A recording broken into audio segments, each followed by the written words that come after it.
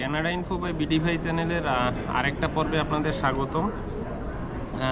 আজকে যে বিষয়টা নিয়ে কথা বলতে চাই সেইটা ভিসা অ্যাপ্লিকেশনের আরেকটা গুরুত্বপূর্ণ এবং বেশ জটিল একটা বিষয়, এবং অনেক জায়গাতেই আমরা এই বিষয়টাতে ভুল করি আর কি। তো কথা বলতে চাই ভিসা অ্যাপ্লিকেশনের ফান্ড এক্সপ্লানেশন নিয়ে। তো চলুন মূল ভিডিও শুরু করা যাক।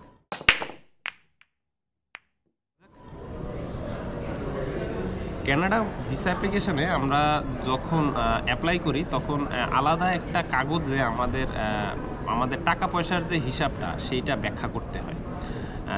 মানে এটা এসওপি না, এসওপির বাইরে আরেকটা কাগজে ফান্ড আমাদের কোথায় আছে, কতটুকু আছে, সেই ফান্ডটা কোথায় ব্যয় হবে, তো সেই ইন ডিটেলস ব্যাখ্যা করতে হয়। সেই বিষয়টাই হচ্ছে গিয়ে মানে সেই কাগজটার নামই হচ্ছে গিয়ে, বা আপনি যেইটা এক্সপ্লেন করলেন সেইটাই হচ্ছে ফান্ড এক্সপ্লানেশন। এখন আমি কিভাবে ফান্ড এক্সপ্লেন করব সেইটা হচ্ছে বিষয়, কারণ মোস্ট অফ দ্য ক্ষেত্রেই যেটা হয়, আমরা ফান্ড এক্সপ্লানেশনে বিষয়টা এত জটিল করে ফেলি, ভিসা অফিসারের বুঝতে আসলে কষ্ট হয় যে আপনার ফান্ড কোথায় আছে, কিভাবে আছে এবং আপনি কিভাবে খরচ করবেন। কারণ হচ্ছে অনেকেরই ফান্ড থাকে 4-5 জন স্পন্সর থাকে ধরেন, তো এই 4-5 জনের স্পন্সরের টাকা বিভিন্ন জায়গা থেকে আসবে।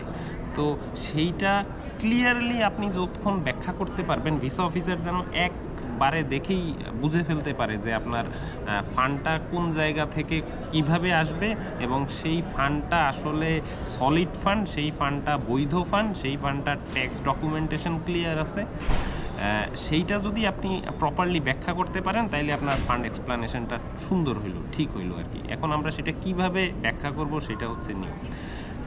প্রথম কথা হচ্ছে ফান্ড এক্সপ্লানেশন কখনোই বড় করবেন না, মানে ম্যাক্সিমাম 1 পৃষ্ঠার মধ্যে শেষ করতে পারাটা হচ্ছে গিয়ে বুদ্ধিমানের কাজ আর কি। এক পৃষ্ঠার বেশি ফান্ড এক্সপ্লানেশন হওয়া উচিত না। দ্বিতীয় কথা হচ্ছে ফান্ড এক্সপ্লানেশনে মানে বেশি মানে কি বলে ভূমিকা দেওয়ার বা বেশি এক্সপ্লানেশন দেওয়ার দরকার নেই। ধরেন আপনার 5 জন স্পন্সর, তাহলে এই 5 জন স্পন্সরের কোন ব্যাংকে কত টাকা আছে, সেই টাকার পরিমাণ কি, এবং কেনেডিয়ান ভ্যালুতে সেই ভ্যালুটা কত, সেইটা হচ্ছে কি একটা বক্সে আপনি মেনশন করলেন, এবং আরেকটা বক্সে আপনি মেনশন করলেন আপনার আসলে টিউশন ফিসটা কত, এবং আরেকটা বক্সে আপনি মেনশন করলেন যে আপনি এখানে 1 বছর বা 2 বছরের জন্য যেটাই আসেন সেইটার জন্য কেনেডিয়ান যে গভর্নমেন্টের যে রুল আছে সেই অনুসারে আপনার থাকা খাওয়ার খরচ কত।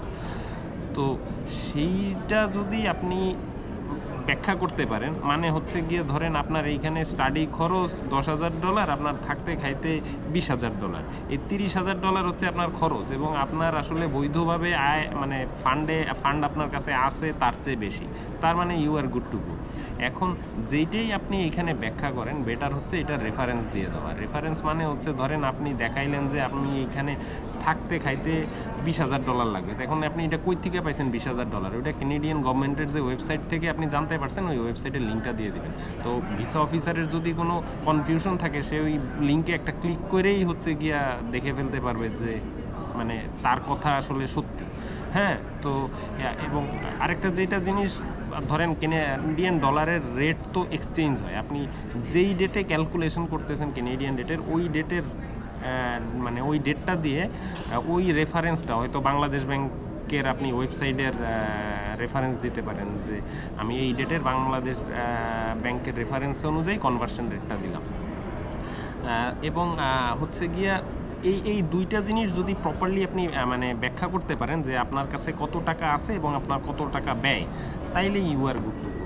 আরেকটা জিনিস যেটা, আপনি যেই ফান্ডটা আপনি এই কাগজে ব্যাখ্যা করতেছেন, সেইটা এই আপনার যে স্পন্সররা আছে, এই স্পন্সররা আর আলাদা একটা স্ট্যাম্পে হচ্ছে গিয়ে ইন ডিটেলস হচ্ছে তারা যে আসলে ধরেন আপনার টাকা তো আপনার কাছে নাই, আপনার বাবার টাকা বা আপনার আত্মীয় স্বজনের টাকা, তারা যে এই টাকাটা আপনার প্রয়োজনের সময় দিবে, তাদের অনুমতি সূচক একটা স্ট্যাম্প ডিক্লারেশন লাগবে আর কি। আপনার ওই যে আপনার স্ট্যাম্পে ওই অনুযায়ী যে আমার অমুক আমার ছেলে পড়তে যাবে, আমার ব্যাংকে অমুক টাকা আছে এবং আমি তার প্রয়োজনের সময় এই টাকাটা দিব, এই অনুমতি সূচক একটা স্ট্যাম্পে ফরম্যাট করে আই এম শিওর যে ফটোকপির দোকান যেগুলো আছে যারা এই কাজগুলো প্রফেশনাল করে তাদের কাছে ফরম্যাট আছে।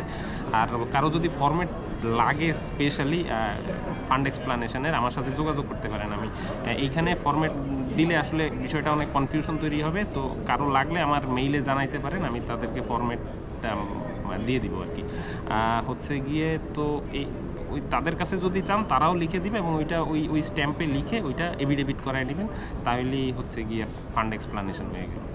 তো আশা করি সবার ফান্ড এক্সপ্লানেশন সম্পর্কে কোনো মানে এই কনফিউশনটা দূর হয়েছে। আরও যদি কোনো প্রশ্ন থাকে আমাকে জানাইতে পারেন ফান্ড এক্সপ্লানেশন নিয়ে বা যে কোনো বিষয় নিয়ে। আজকে এ পর্যন্তই। চ্যানেলটা ভালো লাগলে সাবস্ক্রাইব করার অনুরোধ জানাচ্ছি। আজকে এ পর্যন্তই। অন্য কোনো দিন কথা হবে অন্য কোনো ভিডিওতে। সে পর্যন্ত সবাই ভালো থাকবেন।